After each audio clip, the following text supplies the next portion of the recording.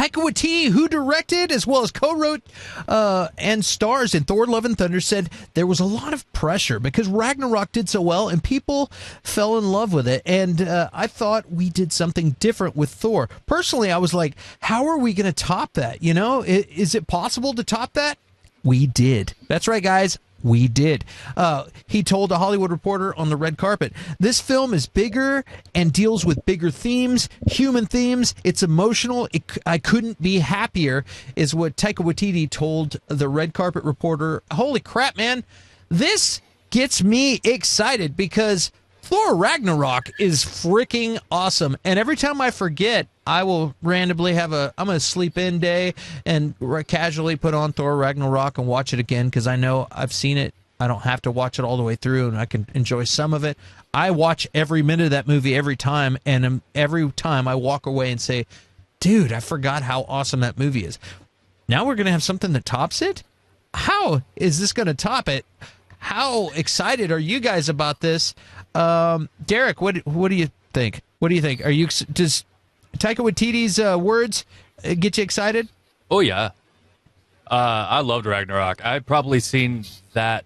I think that's the Marvel movie I've watched the most out of all of them. Is probably Ragnarok. But I can definitely see how he could top it though, because the plot of Ragnarok was actually pretty straightforward, and it was very. I think I don't know if it still is the shortest Marvel movie, but I think at the time it came out, it was the shortest Marvel movie. So taking that and then seeing Thor travel and go to different places and meet different gods and whatever he's doing, I don't know. I only watched the first teaser. I'm not watching any other trailers. Yeah, no, it's going to be fantastic. And just taking Ragnarok times 10, can't wait. I've already got my tickets. Charlie, what do you think, man? I hate Ragnarok with a passion. Shut your mouth. Do you really? Yeah, most of that though is because I'm not going to say I'm a purist when it comes to comics, but the one of the comics that I love the most is the World War Hulk and Planet Hulk. Like those are some of my favorite arcs in comic history. So when you take that story and you do like a comedy shortened version of it, and then they've been like bastardizing Hulk for a minute, so that's one thing already. Where I don't know, I feel like I'm being a snob, like a comic snob about it. And then plus this Ragnarok, for people that don't know anything about Norse mythology, that is the end of the world. It's like a dark event where it's the apocalypse, but they make it like a joke. The thing about that movie that kills me is like the tones are weird because it's a comedy adventure buddy cop thing, but it's also like the death of like a genocide of everyone Thor knows and loves. So I'm like, how are you trying to balance those two different tones and then you fuck up one of the most infamous Hulk plot lines at the same time? I don't know. Granted, I say all that to say I'm excited about Gore the God Butcher, and because again that's another thing run I love, and it looks like they're doing justice by that, and I'm excited for this movie. But yeah, Ragnarok is a personal vendetta I have with that movie, and I've talked about it infinite amounts of time. I gave up after Captain America Civil War came out. I gave up on Marvel trying to take the content seriously because that was also just a fun movie, and people freaking died in the books. You know, they killed each other, and this was just a fun little fight in an airport. So after that, I was like, I'm not expecting the MCU to get too deep. So that's why that your argument against Ragnarok, I completely understand that. Right.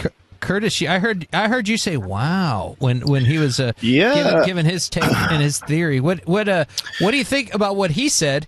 And then after you get done with that, what's your excitement on this up and coming movie? But first, what were you wowing about? Well, first I want to give Ramblin' Pigler some credit. He was like, it would be weird if a director came out and said the movie was worse, but that made me laugh. But no, he makes a good point. Now, and I will say, Charlie, like I think they're gonna do World War Hulk. That's one of my favorites as well. They're probably gonna screw it up, but apparently a World War Hulk movie is coming.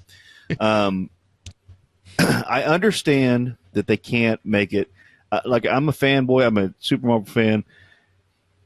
I understand that they can't put it into movies, by the guy, because they'd have to introduce the Sentry and stuff like that, like to make it correct. You know, I mean, there's a whole lot that you'd have to go on there, and if they did, it'd be amazing. But that'd be like a 5-year project. But Thor's my favorite character, so how are you going to top it? You just make another Thor movie, bam, done. But like, that's a good point. Like, I never thought about it in that respect. However, to be fair, the comic books did beat the hell out of Ragnarok. They used Ragnarok, you know, every 10 years or so. Like, I've got a almost complete Thor run, and Thor died more than once. They used Ragnarok a lot, honestly, especially in the new after 2000, after Siege and stuff like that. Like, they kill him off like 2 or 3 times. Like, it's kind of stupid. But that's kind of where Thor found his footing. I prefer the Marvel Comics Thor, who is not a laugh about kind of guy. He's a serious ass whooping dude. However, in the movies, Chris Hemsworth has made this work, you know, with this comedy. I did like the buddy cop feel of Ragnarok and stuff. However, at the same time, you're right. Like, this is like they kill the Warriors 3. Like, I never thought about it. I got to rewatch it now. God dang. It's genocide. Sif, I'm like, it straight up is. And they get, you know, like a boatload of people, but that's it. You know, that's a whole nation. Sif is still out there, and then hopefully she will appear in Thor 4 or Love and Thunder. And I think a lot of other things are going to appear in Love and Thunder. I can't wait for it. Thor is my favorite character. I think each movie has gotten better and better, even though a lot of people are down on Dark World. I say rewatch it again and see the interactions once with Thor and Loki and stuff like that. Once their mom dies, like, it's just heart wrenching. Like, it's not a fun Marvel movie, but and there are bad parts to it. I'm not saying it's perfect, but I think it gets a bad rap for being the worst Marvel movie. They've gotten better each time, and this one's hopefully going to be better. I think they're going to pull in a lot of things. But damn, Charlie makes some good points. I got to go. I'll probably rewatch it very soon. Yeah. And the only thing with Ragnarok being as funny as it was and being as fast paced as it was, we don't like in Endgame when Thor is depressed and obviously hurt from everything that he lost. I think it was harder for people to really that didn't resonate with people. It was at just first funny, yeah. It was just because it happened so fast. Like, that frustrated me too, because I love Zachary Levi and I was excited to see him, and then he didn't even have a line. He just came in and died, and I was like, "What?" And then it just kept going, and it was stressful. But yeah, I mean, in my opinion, that's why I don't know. That's why the MCU is really hit and miss with me, because they do constantly try to make it funny.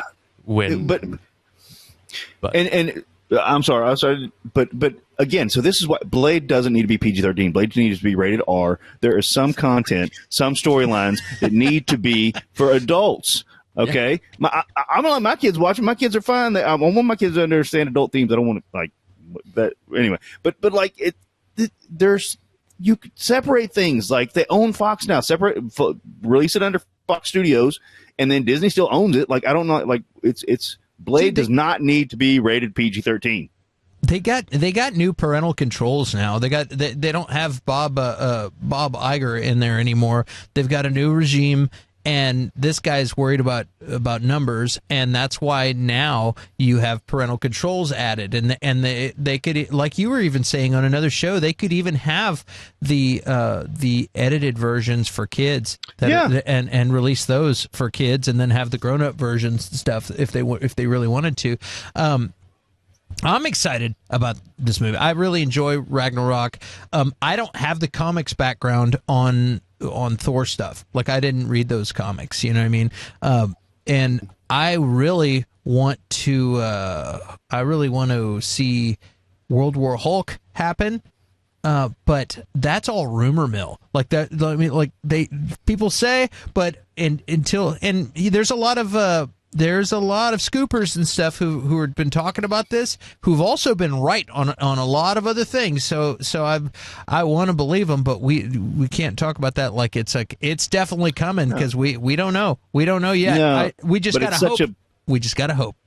It's such a big storyline too, though. Like, I can't imagine they're not going to do something to that effect. That's fair point. Thank you, Clint. Yeah. But it's such a big storyline. They're going to do something with it at some point. You think they would do that before they introduce mutants? I have no idea. No, I mean, because Xavier's there. My idea was to kind of have it be like a mini Thanos thing in between like their big event that they're planning towards. So now you kind of have like what Civil War is supposed to be, where you kind of like have a divide between hero that doesn't get solved immediately with the Hulk stuff, and then bring Hulk back for if you're doing a King the Conqueror end of the world type deal, bring him back for that. I don't know. I just thought that'd be like it's so big and monumental, and like it brings together so many different characters. Mm-hmm. Yeah, I wonder what they'd have to do to get Universal to play ball to where they can do that. You know, the way they've been using the Hulk, Universal still owns the rights to the Hulk, and they are able to have him as a side guy, whatever deal they have struck. But they don't have the Spider-Man deal that they have with Sony to use him for movies. Like, they don't have that set up yet, and so they did that one Hulk movie, but now they'd have to renegotiate all of that. And I'm sure Universal's like, yeah, bring me truckloads of money, let's do this. You know, I'm sure, but it's not worked out yet. But man, I sure would like to see the Hulk not be. They got sugar-free Hulk. I want to see I want to see Red Bull Hulk. You know what I mean? Like, that's what I want to see. So, and you know. The more pissed he is, the stronger he is. You kill his family, he's going to be super pissed. So let's see that. Like, yeah, watch. So if you haven't seen Doctor Strange, the scene with Black Bolt is Doctor Strange 2. Scene with Black Bolt's amazing, and it shows how powerful he is, and he really is in the Marvel comics. And then read World War Hulk. And oh God! Oh God! It's so fucking awesome. They thought Wanda was bad. Oh God! Yeah, yeah. I want to see that. It's yeah. You guys are like, like, yeah. It's so good. Let's see that. That's what I'm talking about.